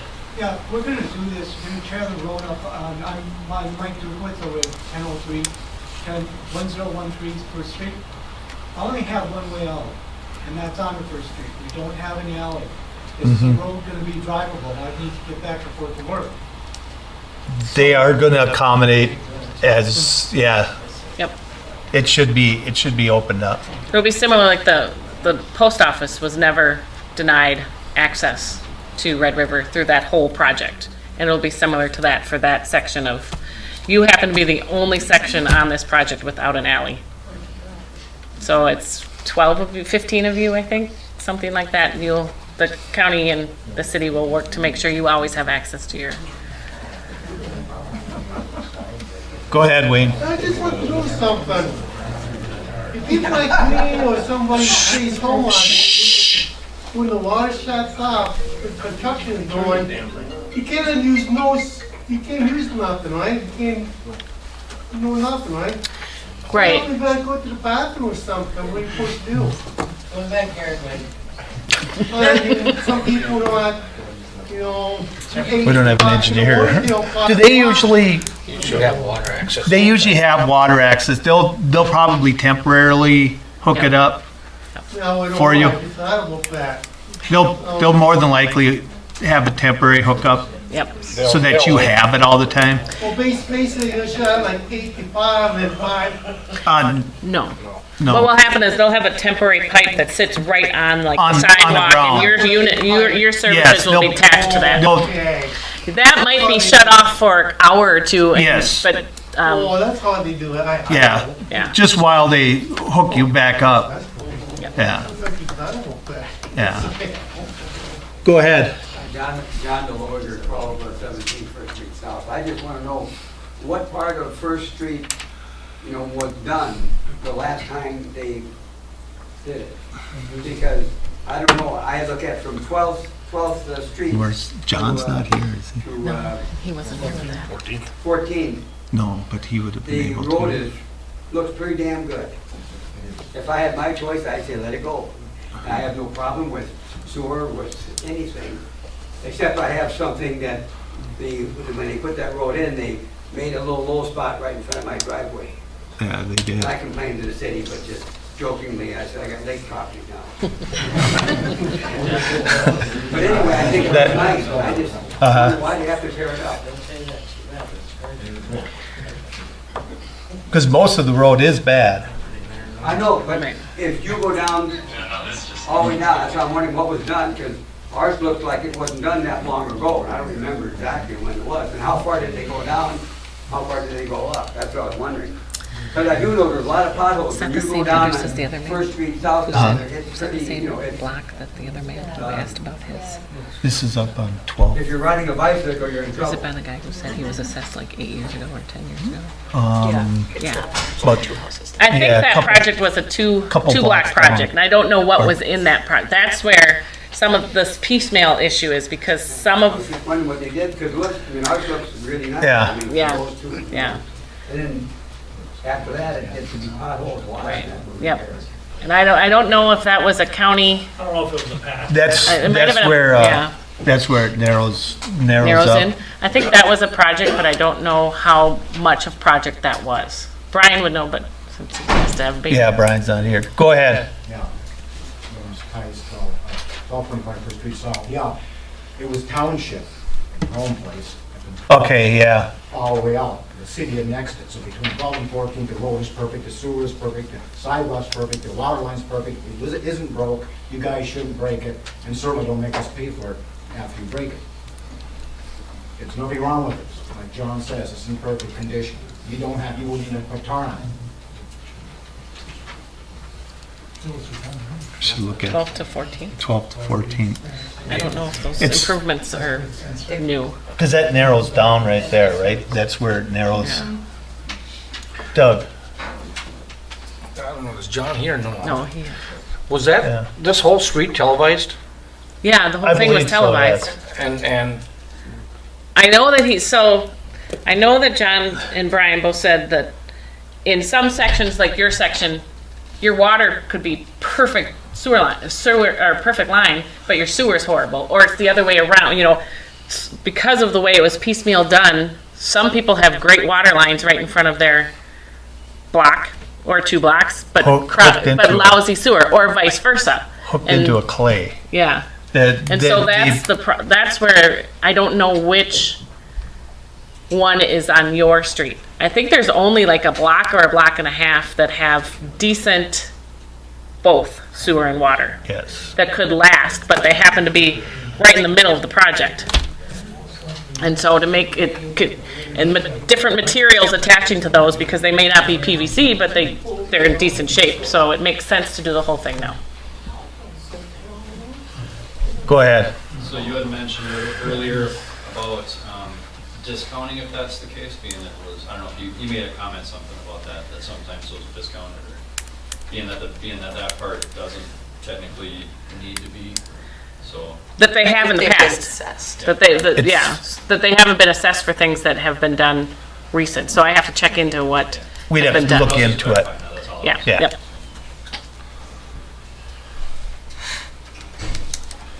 Are you, so the gentleman that asked before about assessment, you're on the same block? Yes. Okay. Yeah, they're. Yeah. Is that What do you, like? between 12? 3, He's right. Yeah, there's a Dave couple Bell's houses. old house there. yeah. That's Steve Weber's house. Yeah, Steve Weber's. Steve Weber's home. I was gonna say, it's been for quite a long time. That's kind of like. So me. from 14th Where do you to live? 12th? That's Larry Minerath's house. I've lived in He's that on house 12th? longer than Larry Minerath He's ever on did. First Street. He's in I mean, but between 12th and 13th? You drive up there, you can tell. Yep. From 12th on up to 14th is newer. Yeah. Even if you walk it, you know. And that's the area that was redone. Yeah. Yeah, and I don't know if, First Street. We can go all the way down to Red River, right? I know it was 10 because I had somebody left the bar at 1 o'clock and got stuck out in the mud about that. Got me out of bed at 2 o'clock. Marv, go ahead. There's some questions about hardship. And if understood, there was disability and age, and I can't remember. Is there a place where we could read Yep. what the? the municipal policies, I believe, are on the webpage, and if they're not, I will put it on there tomorrow. It'll be on the homepage. It'll have a link to the city assessment policy, which is number 1,100? Oh, 1,000. Let me know and I can have some printed. And you can pick them up here, or I can mail them to you. Well, the one thing I can assure you 1,000. is that it's an age, that's not going to go away. Right. We're not getting younger. Right, yeah. It's 65 is the age limit for the assessment. Does anybody else have anything? Wayne, go ahead. You wouldn't have to pay post payment or you wouldn't have to pay on the pin off or. Okay, so for assessments, so when the project's done, What do you mean assessment? That's so what, that the number payment you, for your the project. yeah, so that number you got on that letter, as Brian said, next year we'll do, if they approve the project tonight, the project will be built, and then actual costs, and that's why he put a little, he's conservative and estimates higher. So when it's all done, we'll know the dollar amount that the city will owe the contractor. And then that's the number that will be used to spread across everybody. There'll be a hearing probably in October. Then we certify into the county Next year. next year. Then you don't pay nothing till next fall? Right, you can Exactly. pay it off with absolutely no interest before November 15th of next year. And then you pay annually. So your biggest payment will be that first year because it's the principal amount of your assessment is split up into whatever number of years Next November, we said. yeah, 2021 taxes. I'll tell you, do it before you. So your interest is only on your balance. So that first year, your interest payment is on your first year balance. And then you pay your next one, and then your principal is always going to be the same. Your interest will slowly go down. So if a person wanted to pay a portion of it ahead, You have 30 days from the date the assessment is certified to the county to pay a portion. So you can pay half of it, that first payment, and then your 10 years are for what's ever left. But the partial payment's only for that first payment in, I believe it's 30 days, it could be 45. When the resolution's put together, it will say there. It'll be next November. Yep. Go ahead. My issue, something you should look at, is when there's a baseball game going on, Mm-hmm. we got cars flying down the street. You come from the north and the south right in front of there, you've got to go just about halfway into the intersection to catch traffic. And another thing is, the minute that ball gets over the fence, them kids come running. Mm-hmm. When you get somebody speeding down that street, someone's gonna get hit. We should figure out a way, when baseball game is going on, that we can slow that traffic down to just about nothing. Because somebody's gonna get hit. Mhm. You see it all the time, the 8, 10-year-olds chasing the foul ball to get that quarter, nickel, whatever Yeah. they get. And they're gonna get hit by 50 cents an hour. oh, you better start getting the balls. Art's running after I've him. got nothing against the baseball. Uh-huh. I'm just saying is you have to put through that intersection a lot because the cars are parked on both sides. One thing when they do that, the intersections themselves, there's going to be a bigger area where you cannot park. Okay. It's going to be farther out, just like 30 feet, I think. 30 feet. And yes. it's going to be angled like it is on Red River, so you know where the end is, and you won't be able to Yeah. park over I that. mean, even if you put up a sign that says caution during ball games or something. That would be that'd be a good idea too. Put something on there. Or maybe put a four-way stop up that you can take out after the game, or you put it in the middle of the street or something. Mhm. Like say it's one of these days someone's gonna get it there. Mm-hmm. All right. Thank you. Anybody else? Anybody else? And one more time. And we will close this hearing at 8:09.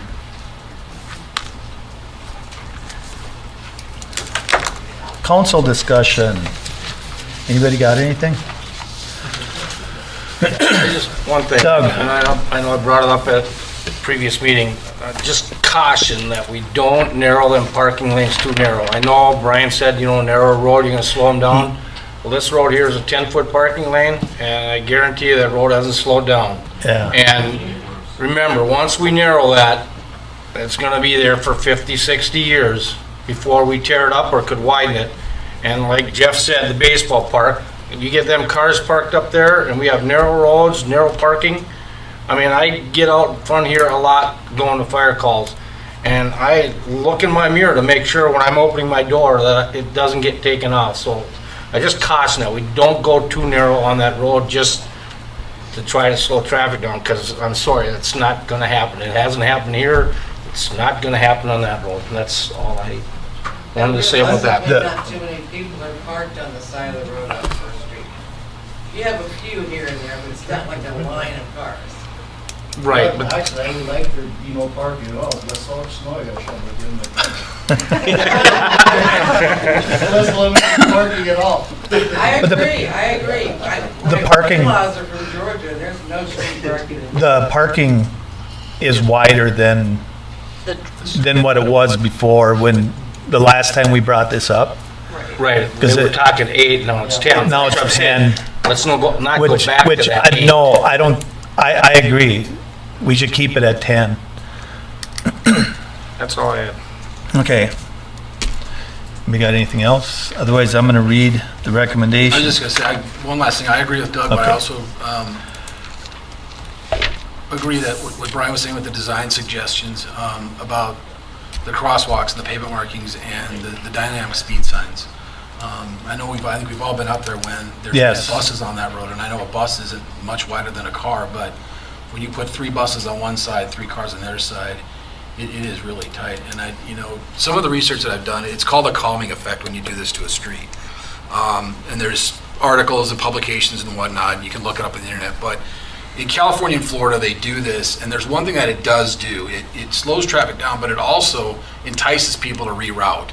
I live over on 12th Avenue South, and I used to take this road 5 times a day. I don't take it anymore because I now have 14th out to 23, and I take 23 into work. So keep in mind that when we do all these kinds of things, there's going to be an effect where I would hope that with this narrowing of the road and the widening of the parking spaces, that we see these big trucks take 23, which is meant for that commercial traffic. Mm-hmm. So, I got a good point. When I use the county road up to Bill's Hill, I think what the county should do, should make it wider. Because you go up that hill, Bill's Hill, you go on that cove. You are. It'd be nice if they make it straight, or they should add more gravel on each side. 'Cause we don't have much room. You go up and go down, you don't have much room. Yep. So, as Go ahead. part of that project, we're gonna have 6-foot shoulders on there. Okay. And curbing gutters. And curbing gutters, so it'll be much better. All right. Well, it's gonna be wider up Bill's Hill. Because it's kind of dangerous, not going down there. Now, okay, this is discussion for city council now. The public hearing part of it's over with. So, that's all right. I'm just reminding you of that. Okay, now I'm going to read the recommendation then. To approve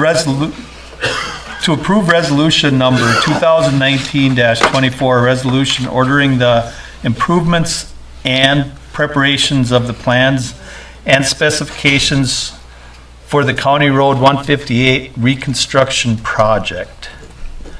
I need a motion. I'll make a motion. Gary makes a motion. How about a second? I'll second. Jamie seconds it. Any other discussion on it? I just want to make sure that people who have been assessed in the past are going to get, at least we can look at it and look into it a little I have further. a list of Yeah. 3 questions Okay, that I will perfect. get answers to. Thank you. Any other discussion on it? Otherwise, all those in favor say aye. Aye. Against?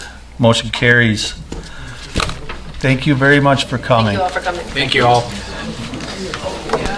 I just, before you all leave, I do want y'all to know there is, so Brian will now prepare the plans and specifications. Those will come back to the council again. It won't be a public hearing, but they will look at what's designed and have an opportunity to make comments to the engineer before it goes to bid.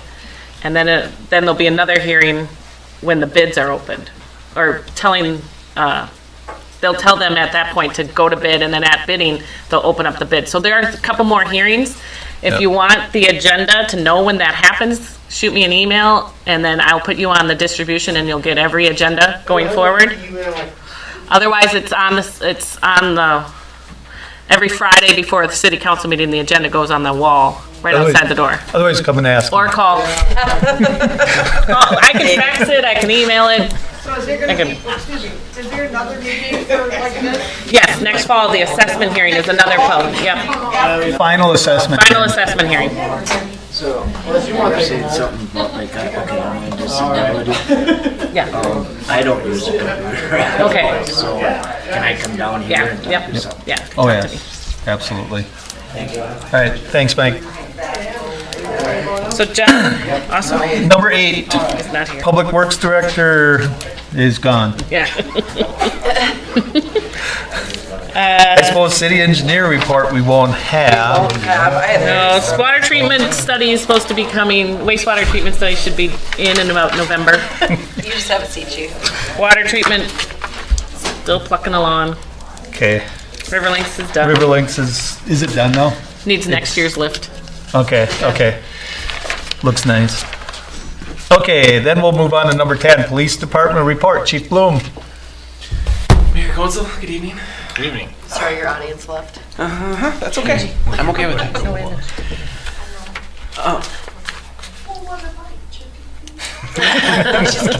Let's start with the monthly report for August. In Cold Spring, we had 335 total incidents, 14 medicals, 21 suspicious activities, 124 traffic stops, and then 146 warnings and 18 violations. And then in those traffic stops, we had 2 alcohol violations and then 2 narcotic violations and 176 miscellaneous calls for service. In Richmond, we had 106 total incidents, 7 medicals, 11 suspicious activities, 37 traffic stops with 47 warnings and 9 violations, and then 51 miscellaneous calls for service. So kind of winding down from the summer, we're getting into a little bit slower time until it gets cold, and then it kind of seems to pick up over the middle of the winter, so kind of enjoy it while we can. Been kind of talking about the AED save stations over the last couple meetings. Right now there's a committee that's made up of members from the Cold Spring Richmond Police Department, Chamber of Commerce, local businesses, advocates for health. I attached a current flyer with the agenda that got sent out with a list. They right now have 2 phases, and if anybody wants a copy of that, just shoot me an email or something. I can send that out to anybody, but they should be going out into the public here shortly. The Advocates for Health were in last month in September, and they did a presentation for the Chamber of Commerce. I think Gary was able to attend. Gary and Bridget both attended that one, along with a number of businesses in the area. I think it was pretty well received. As of right now, or as of Friday, they've raised $7,172 total. They're estimating for both of those phases, which would be 16 save stations between Cold Spring and Richmond, to roughly be $35,000. So they do have a ways to go. I know they've been asking to come in and do a presentation, and I think they're going to be at the next council meeting, possibly. We're kind of at the point where we've raised some of the funds, and what happens is when we got the grant, CentraCare says, okay, as of right now, we've got 10 between the 2 cities, and we still have an application in there to see if we do get any more. And now that we've raised some funds, we're kind of to the point where we can start deciding, okay, we can put one up. And each time we raise enough money for the container for the AED, CentraCare would give us then the AED for that station. So we're kind of, what we're looking to do is to hopefully have somebody from the council from each of the cities to sit on that committee and kind of get everybody up to speed before we start moving forward with placement of those. So I know Gary did express interest at one point to be on that committee, so just kind of opening it up to see what you guys think. I make a motion to let Gary have it. Yeah, I think Gary. I'll second that. Jamie made a motion, Doug seconded that. Gary? Put Gary on the committee. I think it's a great project. I'd love to be able to help out however I can. Is there any other discussion? I was just going to say he's made the comment, he's retired, he's got free time. Yes. Yeah. I'm just trying to help fill his schedule. There you go. All those in favor say aye. Aye. Against? Aye. No. Motion carries. Could you do a roll call? Oh my God. So No, and I think, yeah, now that we've kind of hit to that point where we're starting to get ready, I think hopefully, and we get more advertising out there. We're still waiting to hear what Third Street did their Oktoberfest at the end of last month. We haven't heard what those numbers are from there, so that's not included in the 7,000 yet. So, but there has been a lot of initial interest from local businesses that are willing to put into it. We just haven't heard any concrete, this is what we're going to give or this is what we're going to do yet. So, but there's a lot of positive movement with it. So, and then yeah, hopefully they're here at the next meeting to give their presentation on the whole subject. So, any questions on that? I don't know if you probably said it already. How much does each station cost? Each station is going to cost, well, there's different, and it's not on the I suppose flyer. there's different types. So there's one that goes on the wall of a building, which is $2,700. Okay. And then there's a middle one, and there's a completely standalone one that you one? can go put in a park, which I think was roughly $5,000. Okay. So depending on, and Advocates for Health came in and kind of did a study of where the AEDs currently are, where it would be beneficial to have some, if we could move some from indoors to outdoors and that type of thing. I think a majority of these are going to be ones that are, because it's the cheapest and most cost effective, just ones that are placed on businesses. Okay. There's some that have already said that, yes, you can put it on my building, so that type of thing. And then there is a small fee for each of the stations that 2 years is included in the grant. And then going forward after that, it's, I think, $360 that would be taken on by whatever entity has that on their building. Okay. So, yeah. Any other questions on that? Otherwise, we're going to be doing some training with the credit union in town tomorrow. If you see a bunch of squad cars there after 5 o'clock, it's just mock scenarios on our response to if they had an alarm, that type of thing. So just kind of put it out to the public that we're going to be there doing training, so don't be concerned after they're closed. But that's all that I have. Anybody got anything for Jason? Thank you very much. Nope, thanks, Jason. Okay, number 11, City Administrator Report. Well, first is that resolution for cash donations. So Mayo Clinic contacted us and they have an ambulance that they want to donate to the fire department. And so obviously a donation needs to be accepted by resolution, so that's there. I did talk to the chief and the plan was to give back to the DNR the Suburban. And then is it the water rescue, that's a pickup truck, I believe, would go out of the bay into the garage, and then the ambulance would become a second rescue vehicle for multiple rescues. I do think he measured the truck and it might not fit, so he's trying to figure another place for that, for the water rescue to go. For the grass rig? Yeah. The grass rig won't yeah. fit in this? Might be too short, or too long. Too long for that. Yeah, Jason's gonna get another spot in there. But that didn't want to prevent us from taking the ambulance. The donation, So, correct. the donation. So, and then there were several people that donated cash to the fire department, so those are all listed. Are these the ones? These are the ones. Okay. Okay, recommendation to approve resolution 2019-25, resolution accepting donations. I need a motion on that. Make a motion? Shannon makes a motion. How about a second? I'll second it. Jamie seconds it. Any discussion on it?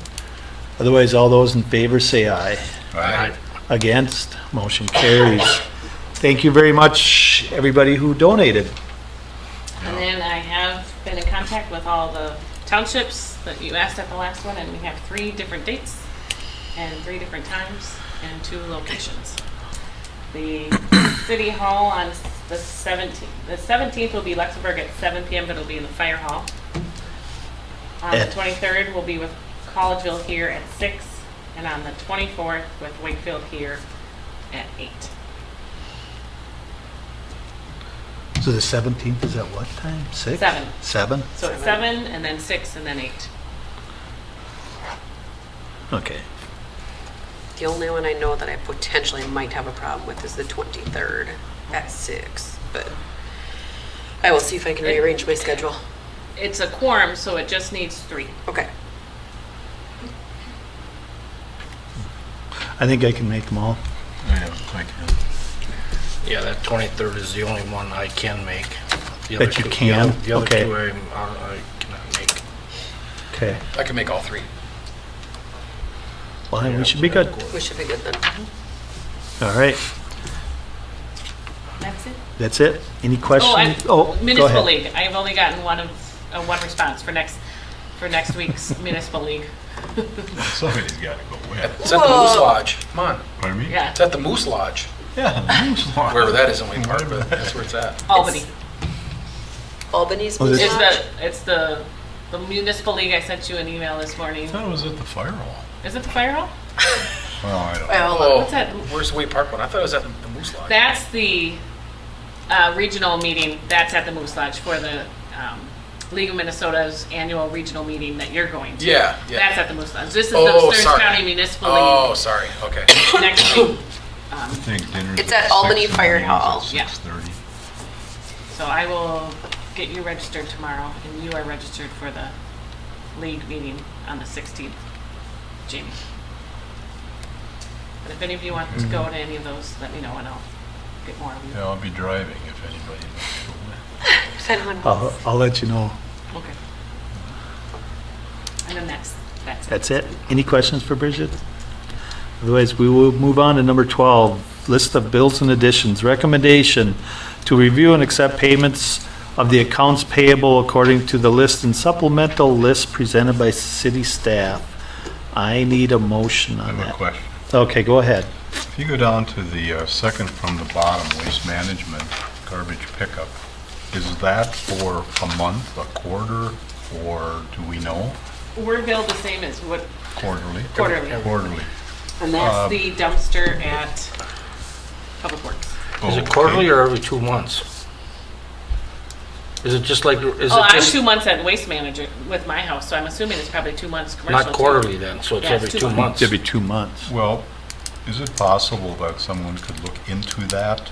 Our bill, about 3 weeks ago, went to $175 for 3 months with Waste Management, so I call West Central. For the exact same service, it's $67.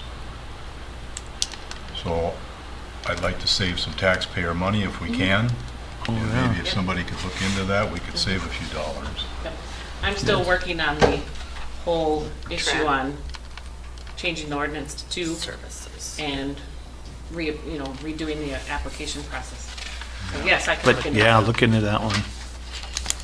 I'll make a Anything? motion. You make a motion now? Sure. Okay.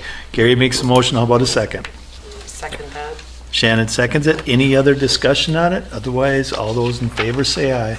Aye. Against? Motion carries. Number 13, general questions and comments from city council. Jamie? The only thing I have is the township meetings that we have coming up. I've asked Bridget, and I've touched base with Brad at the Tri-City Cable Commission. We're going to be televising all 3 of them.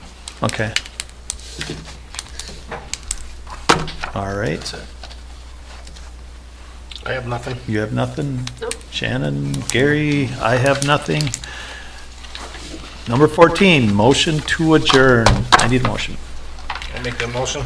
Doug makes a motion. How about a second? Jamie seconds it. Any discussion on it? Otherwise, all those in favor say aye. Aye. Against? Motion carries. Thank you very much.